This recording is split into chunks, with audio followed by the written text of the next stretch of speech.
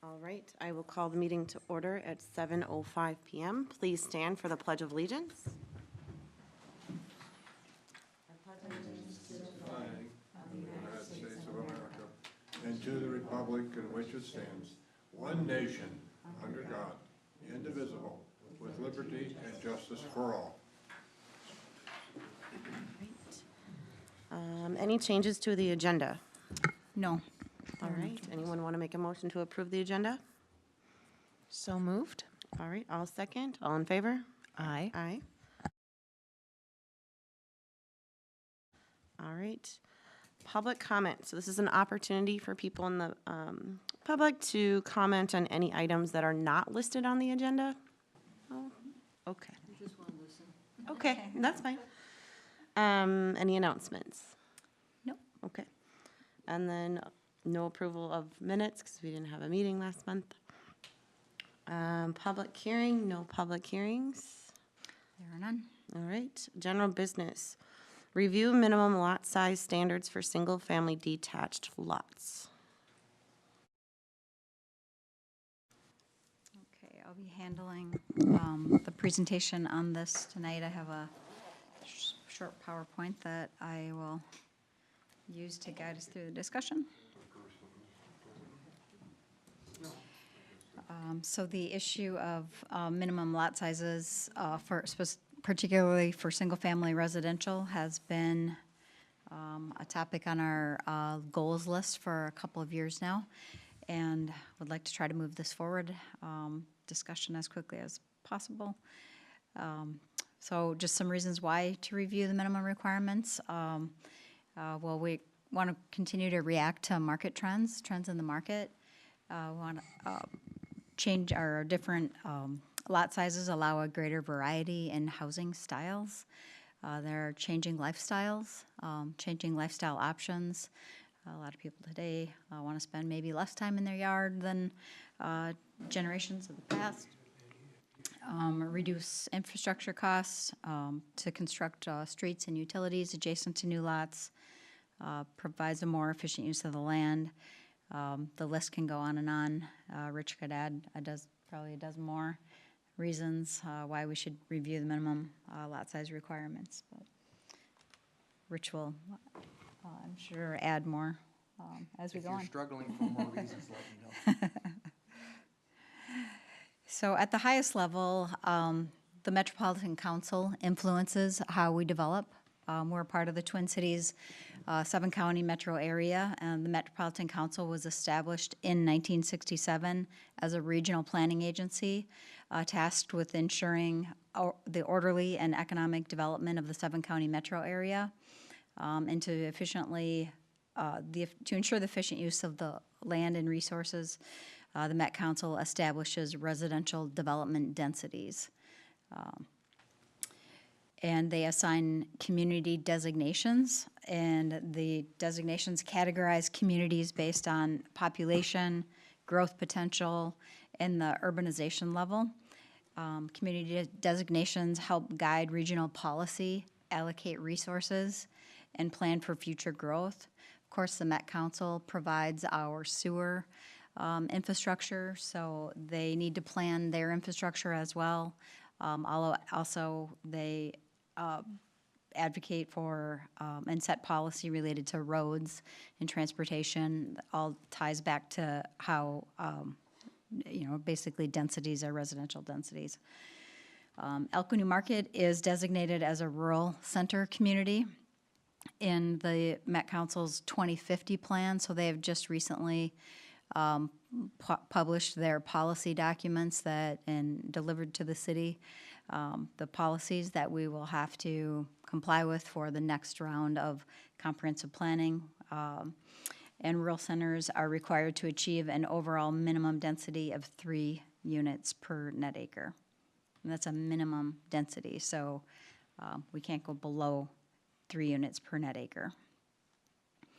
And this is just how it compares to this table shows the 2040 plan versus the 2050 plan. And you can see the closer you get to the urban core of the metro area, There are requirements to develop, some cities even 20, 25 units per acre, 14 units per acre, 7. So as we get, further out, we don't have those types of requirements, but they are still setting our minimum at 3 units per net acre.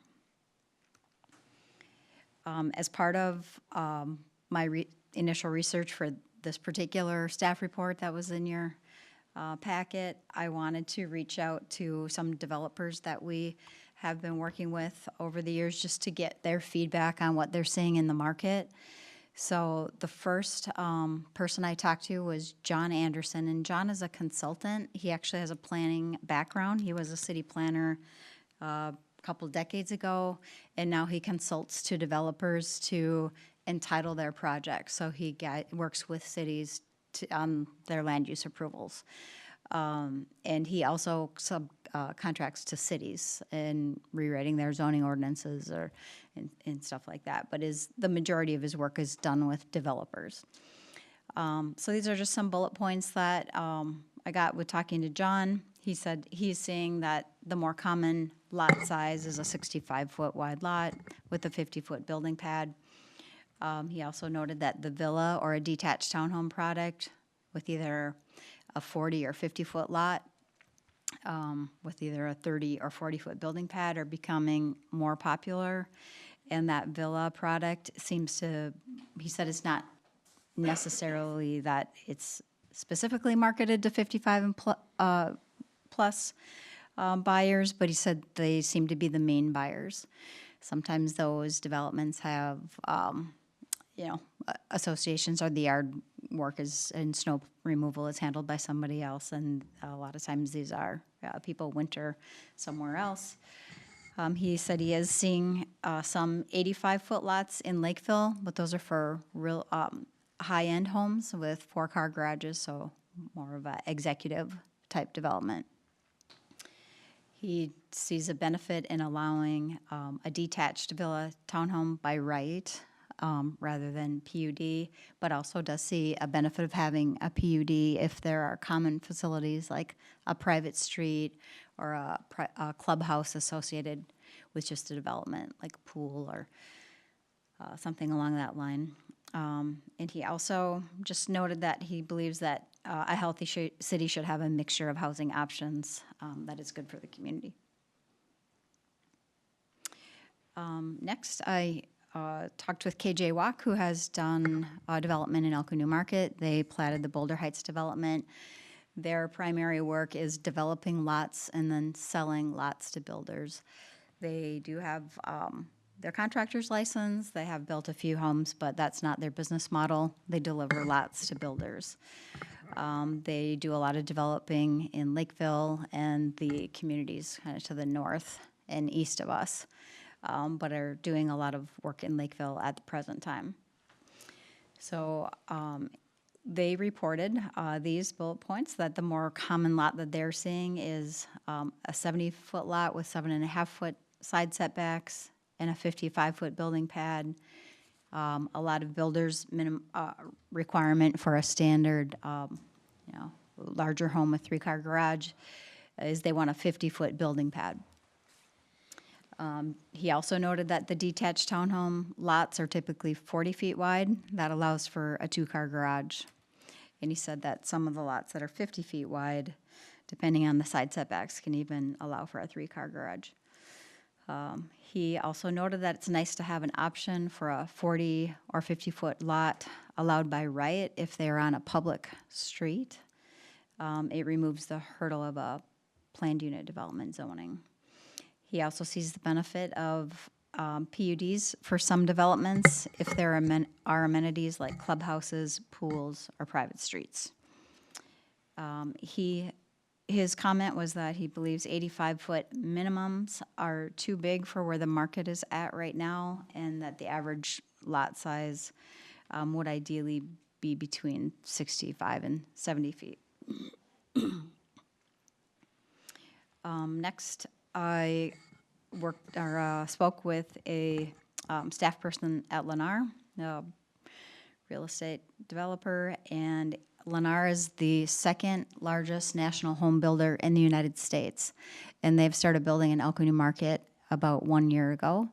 And they, I believe at that time, went under contract with basically all of the remaining vacant lots in Elko New Market, and that was about 90 lots, I think. I know a lot of you are familiar with the developments that they're building in. They did note that their bread and butter, their standard home is on a 65-foot wide lot, and but they're also building on 55-foot and 45-foot lots. He said that post-COVID, inflation, increased mortgage rates, city fees, increasing land costs, Met Council mandates, increasing or greater stormwater requirements are all influencing home costs.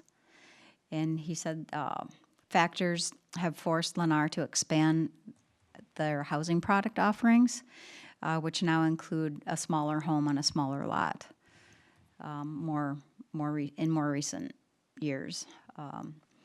Attached townhomes, he said, have become trickier to build due to some building code issues and also insurance issues. He said the insurance on attached townhomes is getting more difficult to afford. He noted that developers can't achieve 4 units per acre on a 65-foot wide lot, and maybe his reference to 4 units per acre is in different cities that he works in. He said he noted that most people prefer to live in a detached home rather than an attached home. Narrower lots provide the detached townhome or villa product. He said it's important to be mindful of all the factors that previously listed, just inflation really in the last 5 years and increasing mortgage rate. So, sorry about that. And finally, he noted the common theme. There is a common theme in the communities that he works with that city zoning standards a lot of times don't match the density requirement. So if a city has guided a certain area for 2.5 to 5 units per acre, oftentimes the zoning standards they have in place don't allow them to meet those standards. And the final developer and builder is MI Homes. They are also in Elko New Market in the area off James Parkway Meadows. They purchased the remaining entitled property. They also have an option on another 120 acres that they're currently master planning. Properties currently in the township. MI Homes is the 13th largest national home builder in the United States as of 2024. They build also a variety of single-family detached home options from the small 2-car garage home to large and luxury homes. Also noted that they have been seeing more interest in the smaller houses with fewer amenities on the interior on smaller lots just due to the price points.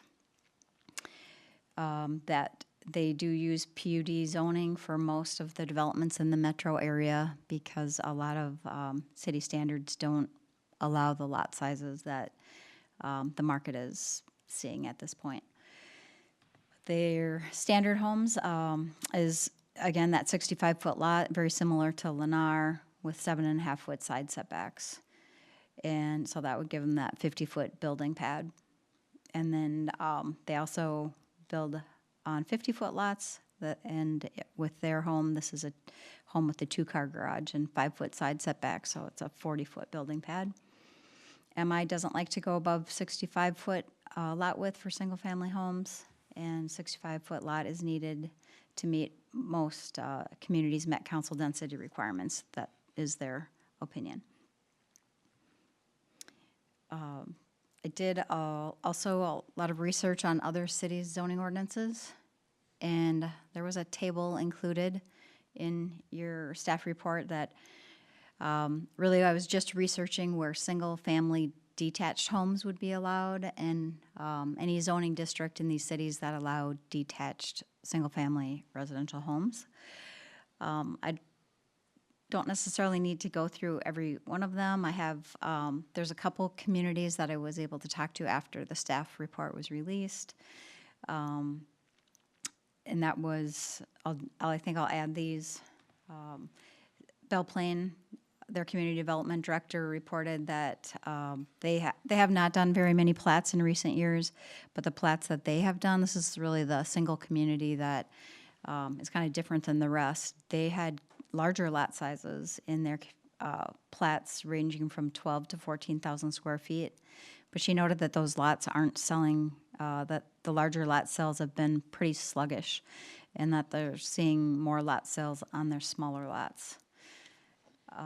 Cottage Grove is a unique community. They recently revamped their minimum standards just kind of across the board. They really only have 2 zoning districts, and they amended them to allow a 65-foot lot and a 45-foot lot in the two districts. Farmington is doing a ton of development. They're their growth is kind of off the charts right now. They're with Lennar, D.R. Horton, Summergate, Winkler. Their community development director noted that most of their development is the lot sizes between 6,000 and 8,000 square feet, even as small as 4,500 square feet for single family. Most of the lots they're seeing range between 50 and 60 feet wide. They use straight zoning if possible, not PUDs, but I've also noted a lot of developments have been permitted through PUDs. Jordan, new development is currently guided to a R1 district, which is a 10,000, oops, I got a typo there, 10,500 square foot minimum lot width. But they noted that most of their new development, again, is by PUD with smaller lot sizes. And they are seeing a lot of national builder developer development also with D.R. Horton and MI Homes. They've recently had a variety of lot sizes, including 45-foot lots, 55-foot lots, and 65-foot lots. Lakeville, their code was a bit confusing because I think they had about a dozen zoning districts that allowed single-family homes. Their community development director noted they're going to try to consolidate and their ordinance and simplify it in the coming years. They currently allow a 55-foot lot that can accommodate a villa, so they have a zoning district that is can allow basically a 55-foot lot by right, which would accommodate a townhome, a detached townhome. Overall, Lakeville is open to smaller lots by right. Lonsdale has not seen any new developments recently. They literally only have 3 or 4 lots left in their entire city, and they're infill lots in older areas of town. They indicated development is greatly needed. They've been working with the developer on a concept for 45 to 70-foot lots, and they're pretty excited about the opportunity to get some new development. So they sounded very open to doing that through PUD zoning at this point. New Prague is currently has a draft ordinance in front of their planning commission also, which is reducing minimum lot sizes from their current standards to allow a 60-foot wide lot, a 55-foot wide lot, and a 50-foot wide lot by right. Prior Lake is, they basically do everything by PUD. Their zoning ordinance is old, so their standards are quite large. Their community development director also indicated that he would like to bring this topic to their planning commission for discussion, but he said developers are not using straight zoning. Their lot standards are too large. Actual lot width in the last 9 subdivisions ranged from 50 feet wide to 86 feet wide, most being 50 to 65 feet wide, all permitted by PUD. Savage also has a draft ordinance with amended lot standards. Again, current draft has a minimum lot width of 70 feet and 60 feet for their 2 single-family districts.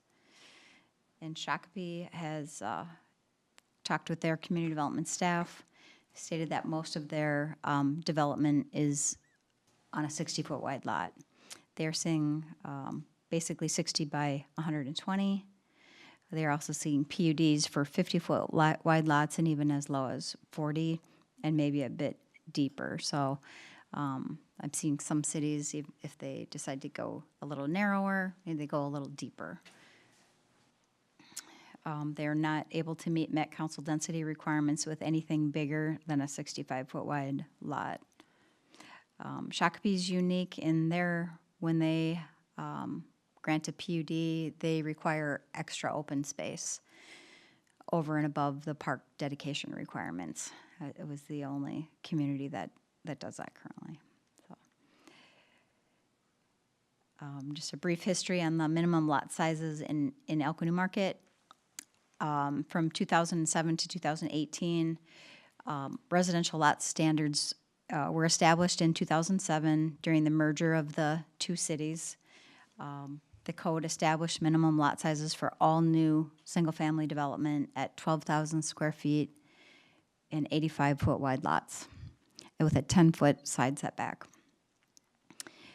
In 2018, the city code was amended to allow a 70-foot wide lot in certain locations, like along major transportation corridors, like County Road 2, or maybe adjacent to commercial development, commercial zoning districts, historic residential development centers. So I'm not gonna read this out loud. This is our current lot standards. We have 3 zoning districts that allow single-family detached. Again, R1, R2, and R3. R3 is only in areas that are guided by our comprehensive plan to medium-density housing. And then the R1 or R2 are for areas guided to low-density residential.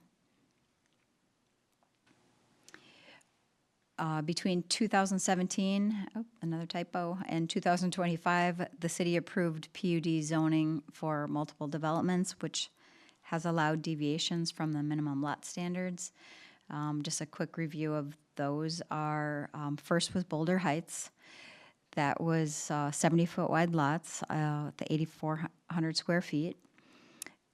Parkway Meadows, the area north of City Hall where MI Homes is developing, those lots are 65 feet wide, 7,800 square feet.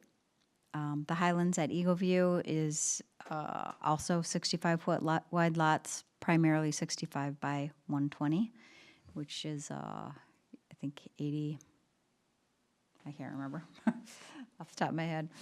And then Eagle View Meadows is an 80-acre development.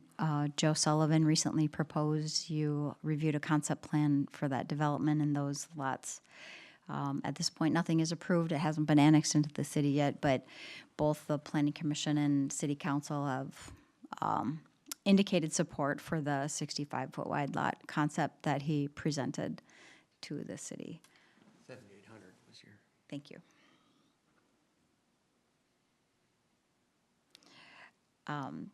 So getting back to our policy documents, both there's a reference in our comprehensive plan and in our zoning ordinance to where that R2 zoning, and that's the current 70-foot wide minimum would be allowed. This is just an example I'll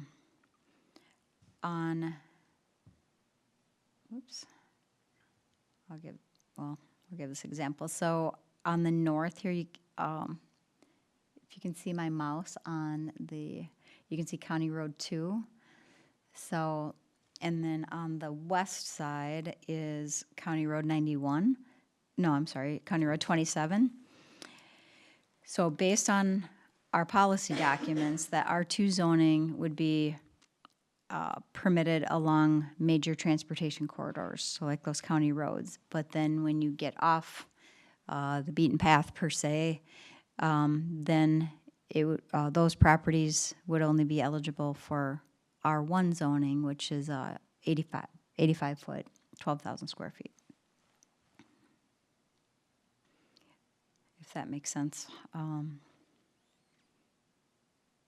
Yeah, and then there are areas that are, the areas that are guided to medium density, which are some areas really along County Road 2, where you can build a single-family home or a townhome, attached townhome. A single-family detached home would be permitted on a 60-foot wide lot in those areas. So this is an example of some of those areas along County Road 2. So this is County Road 91. So some areas on the north of the DeGrosse property, and some areas on the Marty Deutsch property, as an example. I didn't include this. We've included this in past staff reports on this topic, but this was kind of a Excel spreadsheet that was meant to show the difference in the number of lots that you could get based on different lot widths. So this is on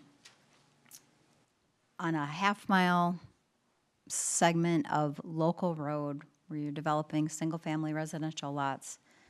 With our current standard of 85 feet, you could get 31 lots on each side of the street. Now, in the far,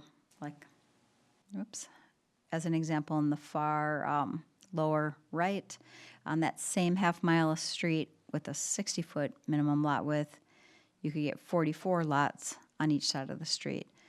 So pretty significant difference. And then also, these are old cost estimates, but estimates based the construction costs for street, sewer, and water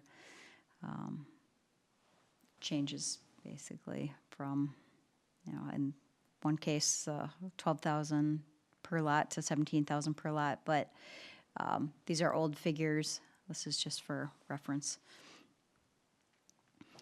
So that concludes my presentation. At this point, I'm just really looking for feedback from the commission on whether you support revisiting this, if you support staff, if you want to direct staff to draft amendments to the city code. Do you support 70-foot lots by right anywhere? Do you support 65-foot lots by right anywhere? Do you support smaller? We can prepare recommendations based on your feedback tonight. And if Rich? I do have feedback. Okay. If it occurs to me a lot of this presentation is focused on sort of the upfront, especially things like cost or what it costs a developer. But once a lot is platted, it persists for a long time. So in that example she showed where you could get 88 lots versus 61 or 62, that's 26 more taxpayers, 26 more restaurant customers, 26 more people sending their kids to school, 26 more friends and neighbors.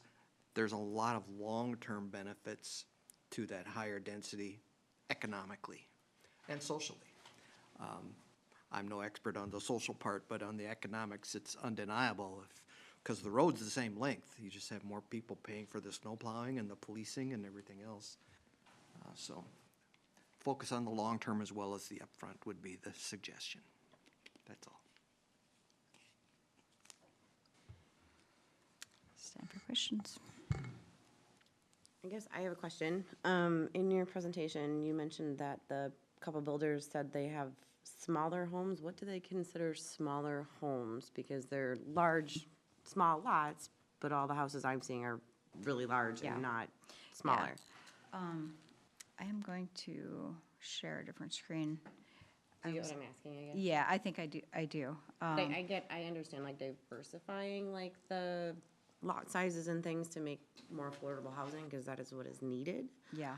But if we're lowering the lot size and they're still building really large homes, how is that helping that market? And then to piggyback on your question, Do we have a maximum percentage of the lot that can be built on? We do not. Okay. We do not. These top two pictures are, well, either, any one of these really is, the top two homes are the smaller home with the two-car attached garage. These homes are on a 50-foot wide lot. Are they walkouts or no? I can't tell on Probably these, don't. yeah. I can't tell on these, yeah. It just, that's what I'm getting at, is like, I appreciate wanting smaller lots and Yeah, all of that, you're right. but how do we diversify and get like those new starter homes that we really desperately need so we can get more families here? It's up to the builder. I know it is. I mean, honestly, I mean, the people that are moving into my neighborhood are all young people that have kids, and they need the space in the house. So that's kind of why I think you're getting what you're seeing on your side of the, No, there's not a ton of families. okay. Well, maybe they're I just, Yeah. recently married, planning on having I kids. just, I think the, yeah, and I'm not talking about the people, I'm just trying to figure out how do we get younger generation to be able to afford those homes. Do you get what I'm saying? Like, and I guess its cost is comparable per year. 20 years ago to 20 years now, it's comparable, but it's just astronomical what is considered affordable housing. Right. right. I think, Nicole, if I can, what you're asking is there anything in policy that we can incentivize or create to force developers to build smaller homes, even, smaller homes, even though it's smaller lots, so it's not a huge footprint on a smaller lot? Right. Yeah. And also make it so people can afford Sure, right. I guess my question is, with our old city plat and the smaller lots, is what you're proposing, would that be able to bring back that type of dynamic? Or we're not there yet? Because I know that through zoning throughout the years, the preference has been for larger lots, bigger subdivisions, but at the end of the day, our core, our downtown Elko New Market, they're the smaller homes or the smaller lots, but they don't seem to be the preference for builders to build. And then to also reply to Brandon's thing, I would not be opposed to an inclusionary zoning ordinance, which I know is not on the table today, but just, putting it out there. And for Casey and Nicole, an inclusionary zoning ordinance would be where the city requires affordable housing to be built into every subdivision. It could be defined by percentage. I'm going to bring up another. To answer your question, Nicole, I think it's difficult to mandate what is going to be built. The MI, we're working with MI on another development that that has not been brought to the planning commission yet, to this point. And their initial concept showed lots from like 40-foot lots to 50-foot lots to 65-foot lots, so kind of those three.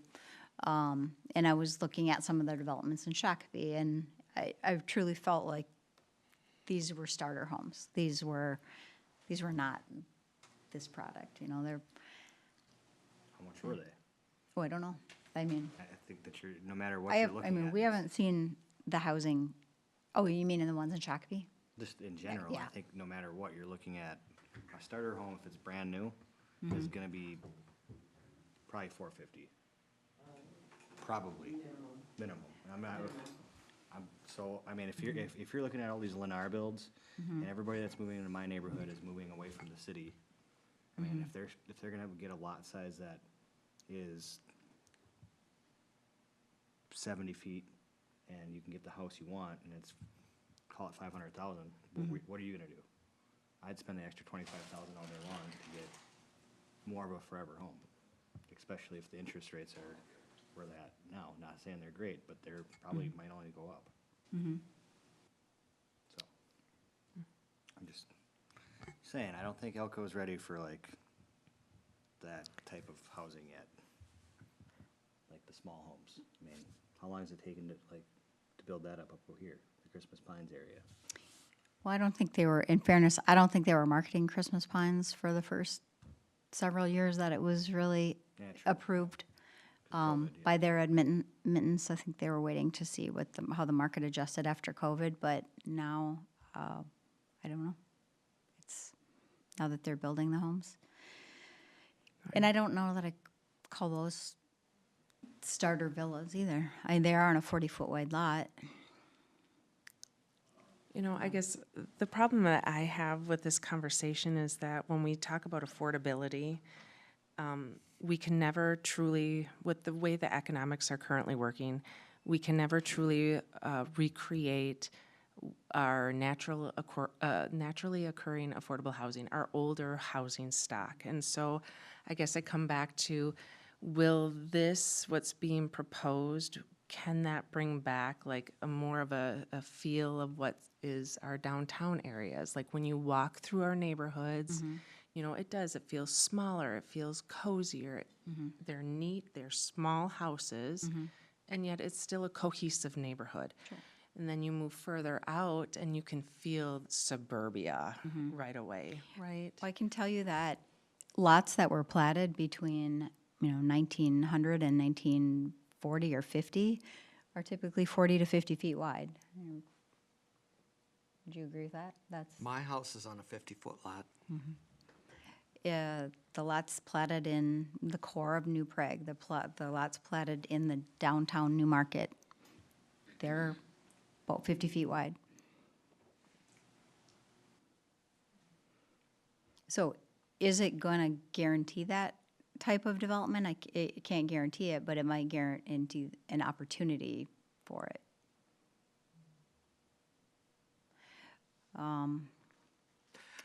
I wonder if people's expectations have changed too. I shared a bedroom with two brothers until I was 18, and none of my kids ever shared a bedroom. And so Yeah. it's everything. It's not one thing. It's not necessarily lot sizes or anything else. It's a combination of things that a lot of them are beyond your control here. Right. No, and then to also kind of respond a little bit to what Casey was saying about your forever home. And I agree with you 100%. People want to find their forever space. And our family, we built what we thought was going to be our forever home. And then our 4 adult children moved out. We got one. And then it's like, okay, I have aging and elderly parents and a disabled sister. And so now our circumstances has also changed. And it really kind of stinks to have such a huge yard to maintain, within all of that. So I guess what I'm trying to say is it'd be nice to have alternatives and options in the city, which also includes smaller footprint homes and smaller lots. But then that doesn't always guarantee affordability either. No? And I don't, I'll just piggyback on Melissa's comments only on a personal level. How do you define a forever home? Because I am at my children are in their 30s now, and I live in a house like you do, and I don't need that anymore, and I don't want that anymore to spend most of my free time maintaining my yard anymore. So at some point in the next 5 to 10 years, I'll want something different, maybe something like that. So it's just there are stages to life. So I just love the opportunity that you're allowing for options. And I think that is the theme of the day is we need to have options because currently what we have in code, at least from how long I've been sitting on the Planning Commission, we seem to get a lot of PUDs, right? It'd be nice if we can solidify or standardized within our code so that we're not seeing so much of that. I'm thinking too, again, about the long term. So a new house on a 50-foot lot may not be affordable as a starter home, but it might be in 15 years, and in 30 years, and in 60 years. So once they're there, that's when you start looking forward. It's not day one, maybe.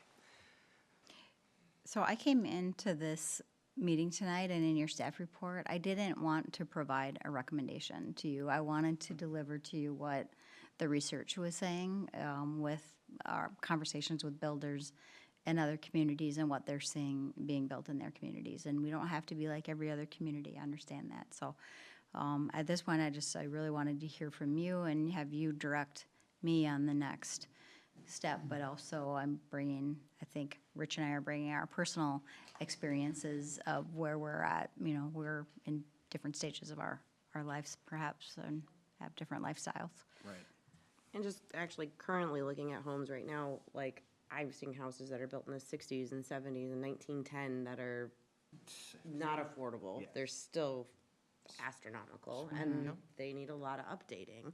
So there still isn't, Yeah. like 30 years from now, Yep. they could not be possibly Perhaps. affordable homes, you know? Right. Location, it's a Right. lot of things. Right. Yeah. I mean, when I started looking for, my family and I started looking for a home, probably, call it 14, 15 months ago. Yeah. I mean, I was dead set on not buying a new home. Yeah. But we'd go to all these older homes, and it would be, we gotta remodel the kitchen, we gotta do a deck, or we gotta do the basement, and it's like, they're already asking 500,000 for it. It's like, why not spend the extra money now up front and buy the new home, and get everything you want up front? If you are, yeah, no. Yeah. But I'm just, but that's why we started in a townhome. I mean, that was our starter home, and that's what I feel like the need of those townhomes is for people that are going through those stages of life, whether that's young or in retirement. That's what those are set up for. Sure. I think one thing kind of changing the topic a little bit is if we're gonna continue to have all this residents come in and we're changing lot size to get more people here, are we ever gonna get a school district? Because that's everybody asks me, that's what I tell them, I said, we're not gonna get a school district. So if we're 12,000 people, why Highly can't? unlikely. We got two. Well, no, it's inconvenient for all the families. If you Yeah. work from home and you're living on this side of town, you drive all the way to New Prague, and it's like, for me, it's like I come home and it's like I gotta bring my son into Lakeville for all the activities. It's like, we have the people. It's like, we should be able to get a school district. Right. We used to have one up until 1956, right? Or is that It's in the- 64? I think it was 56. I think I don't that recall. number sounds about right. So how do we bring that back? I don't know that there's much the city can do at all. Yeah. And I also see New Prague asking for, Yeah. Lakeville asking for money. So even those big districts, it's tough going. Imagine just a 12,000 student. I mean, it'd be nice, but it's just a sad fact of life here that Yeah. you're not close to. Is Lakeville moving forward with another high school? There's don't rumors know. for it. I don't know that. I don't know, but I'm voting yes. Yeah, I thought it was gonna be like the Credit River area, which would probably benefit Elko New Market, but I mean, I think the biggest struggle I hear from other parents, it's like, well, it'd be really convenient for us to send our kids to Eagle View, but it's like, well, we live on the Lakeville side, so then it's like you split them up after whatever grade that is. Which kids are resilient, they can figure it out, but I know that's definitely a popular conversation in my neighborhood. Sure. I think, the best case scenario, I think, would be one of the school districts building another school in this vicinity versus getting our own school district. I don't know that. Well, and you may, I don't know if this commission knows, but there is land earmarked for a middle school north of Eagleview Elementary when the time is right. So they're thinking ahead that way, but the population's not there yet, so. Yeah. Another question, the minimum of 3 units per acre, Yeah. are we not meeting that right now? Because If, right now, aren't we 2.5 to 5? in our low-density areas, yeah, we have to, it's 2.5 to 5. So that 3 units per acre is an average across the whole city. So if, when we do our comp plan, we have to take the density and our high density, our medium density, or low density, and average it all out. But each development, so we've set our own policy in our comp plan at 2.5 to 5 units per acre for the low density. So we have to, we can't develop at 2.4 units per acre. It has to be 2.5 or above. So that's just like the average overall? Yeah. And we're meeting? It's typically Yes. around 3, right? Yeah. Yeah, we are. It's close though, with the 65-foot lots.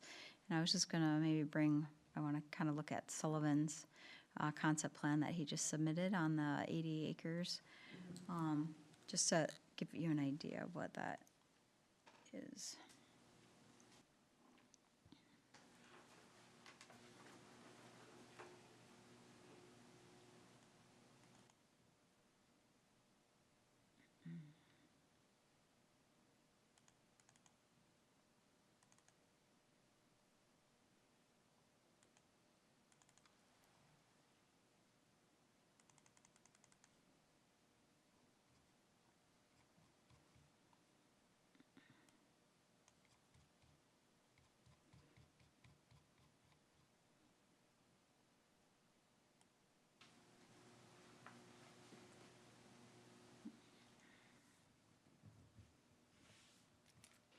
So at the 65-foot lot widths, 8,400 square feet on this particular development,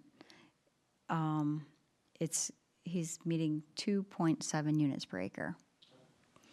So if we had held this particular 80 acres to the 85-foot standard, there is no way that, in my opinion, that he would be meeting our own policy documents of 2.5 units per acre. It would be under that, it's probably 2.3 or something like that. And what happens then, it happened during the preserve, is we get all the way through final plat approval, and we submit to the Met Council for our sewer extension permit, and they will not let us extend sewer into the development, sanitary sewer into the development, because we aren't meeting that 2.5 to 5 units per acre.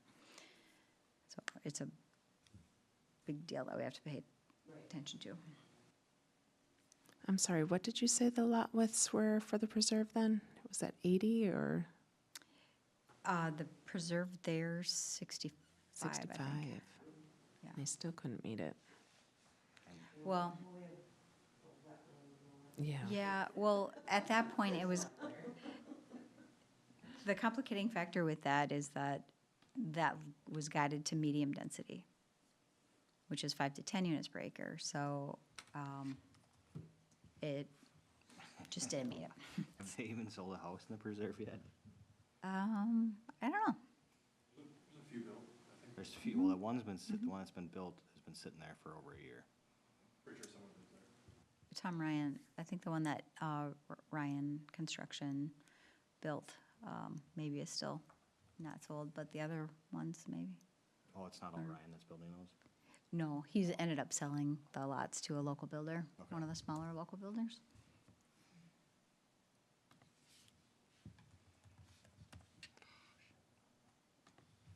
Well, I move in support of smaller lot sizes. I also though think that we should consider the depth too, as we're moving forward with this. And when I say depth, I think then hopefully we could compromise then with what Casey, I believe, is asking for too. And kind of meld the smaller widths with a deeper lot. Because I know too, I can't remember which development had some issues in determining the square footage. Maybe you remember better, but maybe it was a few years ago. Or, I'm drawing a blank. Me too. But anyways, I thought that years ago there was an issue with another developer who said, well, if we do narrower lots and deeper, then we could still meet the square footage requirement as dictated by the city. Sure. And then I thought I remembered somebody saying, and then in doing that, you can also move the garages in the back, but maybe that was a different conversation. I can't remember.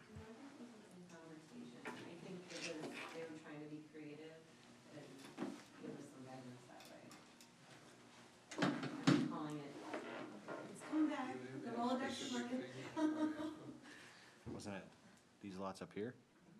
Yeah. You just end up with a, how do you get to the garage problem? There's a couple of them in Lakeville, and you're like, okay, that's not cool, and Northfield. So,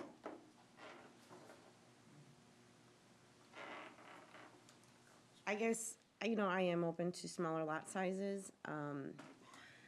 I think anything under 65, I think really needs to have a bigger discussion, I agree. just so we kind of know what is coming down the pipeline and to figure out if it makes sense or not. If that, That's where my head is. in looking in comparison to other cities, towns, looks like the average is 65, 70, kind of across the board. I like the idea of having a deeper lot as well. Well, maybe to your point then, if it's going to be something smaller than 65 feet, then it's got to have something to offset then that smaller size, maybe? I don't know. I'm trying to think outside of the box and still help staff with what they need to do too. Well, that does go to what you were talking about. We talked about the existing small lots in downtown Elko, downtown Newmark. A lot of those have alleys behind.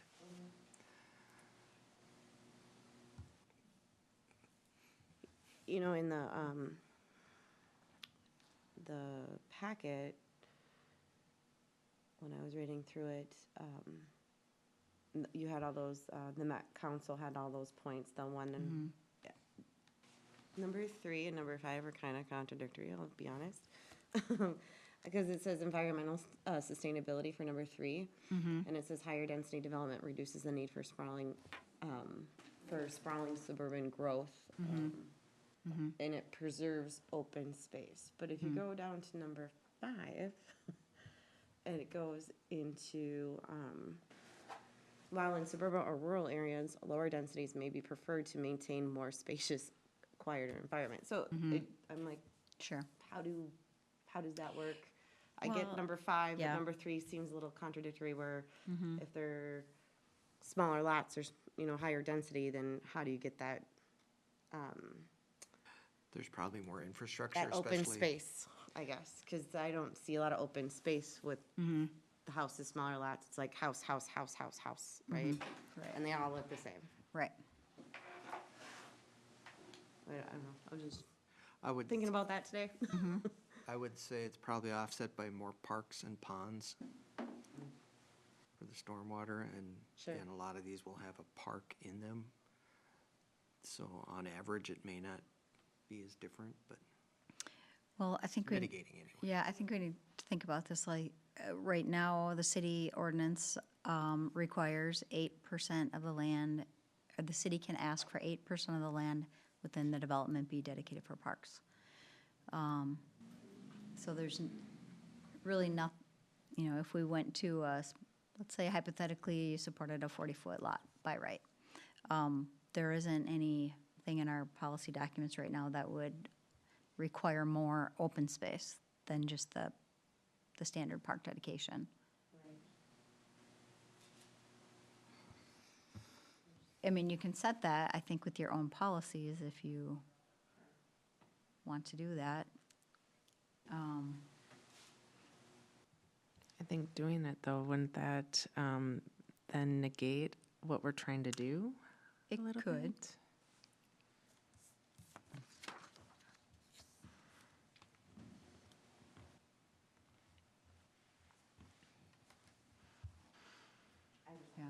Yeah, right. Yeah, well, they're also probably, they have, their policies are applying to cities across the entire metro, so in some areas, maybe their policies are set to achieve one thing, in other areas, others. In the urban core or closer to in suburban, urbanizing communities versus, they have mandates over Credit River and Newmarket and the township areas too, so. I would think, keep in mind too, we have a ton of wetlands around here. Almost every development's going to have open space just for wetlands, because they can't fill them. So that, plus ponds, plus any parks, kind of offsets. And actually would be an argument for higher density, because we have to accommodate all these wetlands. We have less room for, Sure. I have a thought that I guess if I came back with a recommendation based on, if all three of you supported a reduction in the way our code is currently written, our reduced lot sizes of whatever that means, 65 foot, we could still keep that R1 district in our code. And if you have a really unusual piece of property that is really rolling, has significant steep slopes, and the terrain is such, maybe it's highly wooded, maybe you don't support a 50 or 60 foot wide lot on that property. You could still perhaps choose to say, no, we want to have R1 zoning on that property, not. Or maybe a developer themselves would choose that because they want to create a different high-end housing product, like in Lakeville. I don't think we should get rid of the R1, personally. I agree. I think we should keep it, considering we are so rural.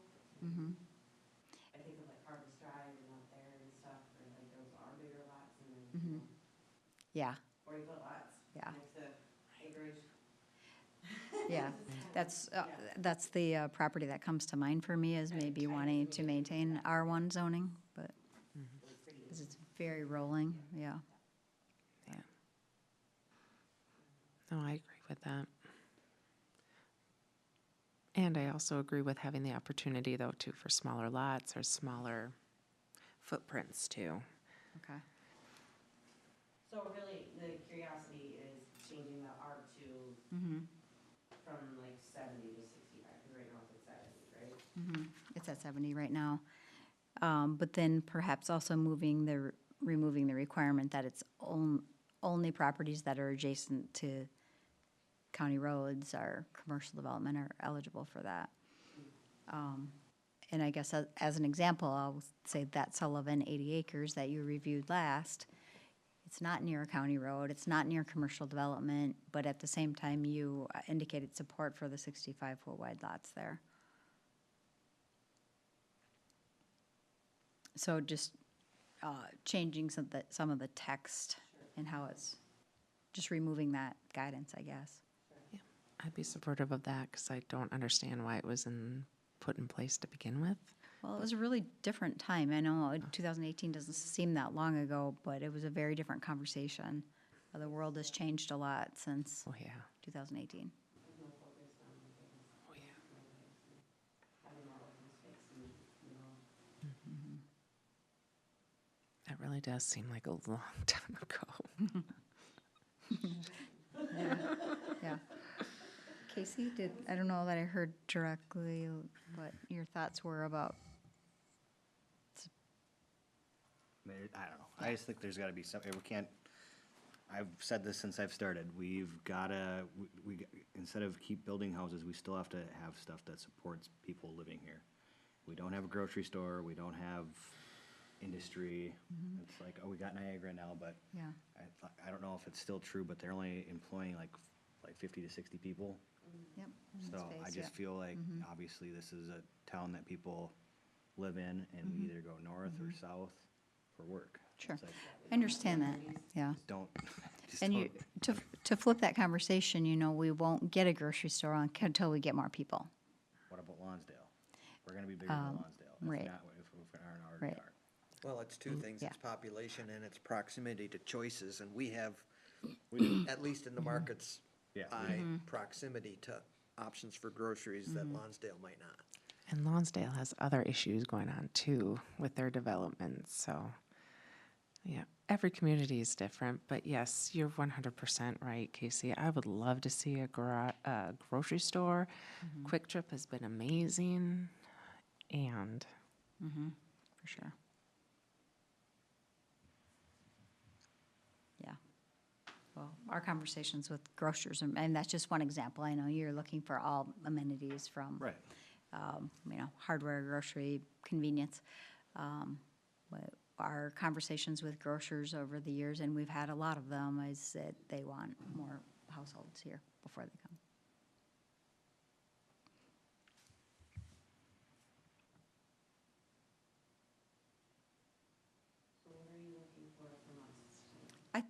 I'm looking for just a really high-level direction, and I'll come back with a concept for the next meeting. But if I heard absolutely not, we don't want to adjust we don't want any changes from what our code currently is, and we want to handle all new developments by PUD zoning. We'll leave it as it is, but if you're open to making some changes so that we're not doing everything by planned unit or special zoning, then I'll come back with some recommendations. Okay. I'm sure there's other things that, yeah, there's, obviously, this is very entry level on this, but like one thing I've noticed is the tree requirement for your front yard. Yeah. I mean, all the builders the builders in my neighborhood are putting them like right by the driveways, so those are gonna be a problem. Okay. And what, I think it's what, 13 and a half feet was it 10 feet setbacks up in Boulder Heights, something like that? From the road? No, from house to house. Oh, house to house. 13? It's 7.5. 7. 7-foot side setback, Yeah, so that'd be from house to house is like 14 14. feet. Yeah. So you keep bringing that in. Like, it's pretty tight in there already, so that's, Yeah, personally, I do house review permits. I would be personally opposed to anything less than 7 for a side yard setback. It's almost impossible to get a drainage swale through there. yeah, thank you. And that's where my head's going, like, Yeah. keep getting smaller. It'd have to be like the right, Yeah, a lot of communities are going to a 5-foot setback on the small lots, and I just am kind of not, I think 7 is a little bit better. most of us have replanted one tree to the backyard because of that. Are they planting 2 in the front? Yeah, Well, thought we that's not the changed that. requirement. okay. Yeah. Well, that's what they're doing, and they're putting them like, Yeah. like for instance, when we moved in, it was 23 inches away from the driveway. Yeah. Wow. They can plant 1 in the front. It used to be that they had plant 2 in the front, and this concern was expressed to us, so the city, the planning commission and city council changed it to, if 1 doesn't fit in the front, then they can put it in the back, 1 in the front, 1 in the back. All right. So, yeah, on the smaller lots, it's hard when you have your driveway in there. Yep. Once they get mature. Okay. I think I have what I need. Okay. Thank you. All right, miscellaneous community development updates.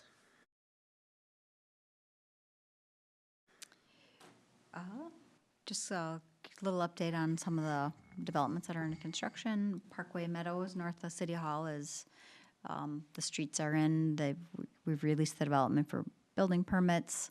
They're gonna be putting in sidewalks here in the next couple of weeks, gonna try to get them in before winter. The Highlands at Eagle View, which is north of the school, they're making good progress on that. I think they're starting the roof streets. They'll be starting to build up the sub-base and base for streets in the next couple weeks. So I think they'll have it, by Thanksgiving, they'll have it paved. The 80 acres, which is the Sullivan property, which is also in that vicinity, both the Planning Commission and City Council recommended support of moving forward with annexing the property for development. The City Council agreed with all of your recommendations regarding the plat. We've approached the township regarding that, and the city attorney is currently drafting the draft documents. I had a call with her today to review the concepts, so I think we'll have those this week yet. I'll forward to the board and your attorney for review. The apartment building by the Firehouse Grill, the second one has been started. They were pouring footings here yesterday. Anything else? Brandon? We are compiling, we're starting to look at goals for, planning commission goals for next year. We'll have that, I think, as an agenda item in November, so maybe we can adopt goals in December for the next year, including a list of ordinance amendments. If you guys have any thing that you'd like us to take a look at, we can talk about that now or next, at the next meeting. Yeah, for the next meeting, I've scheduled, I put together an Excel sheet today, actually, that we've had since way before I worked here, maybe 2018-ish. There's a Word doc that's been like intended to be brought back, ordinance amendments. So I compiled it into an Excel sheet, and I'm gonna ask you guys at the next meeting to rank them by priority, and then we'll start bringing them back one by one as it makes sense and as we have time, so. And then the 2050 comprehensive plan, as we mentioned earlier, we'll need to start working on that. It seems early, seems like we just finished the last one. But usually the first part of that is public engagement and just reaching out to the public and the community to get their input regarding the various plan components, from parks to transportation to land use and such. And I'd like to map out a public engagement process maybe for 2026. So we would spend next year trying to reach out to the community in different ways, maybe survey monkeys or going to community events and having a table, so things like that. That's it. You have anything from the township, Harry? No, the annexation talks that we've had on Yep. a couple of parcels, other than that, no. Yeah. Okay. Okay. That's all I have. All right, thank you. Thanks.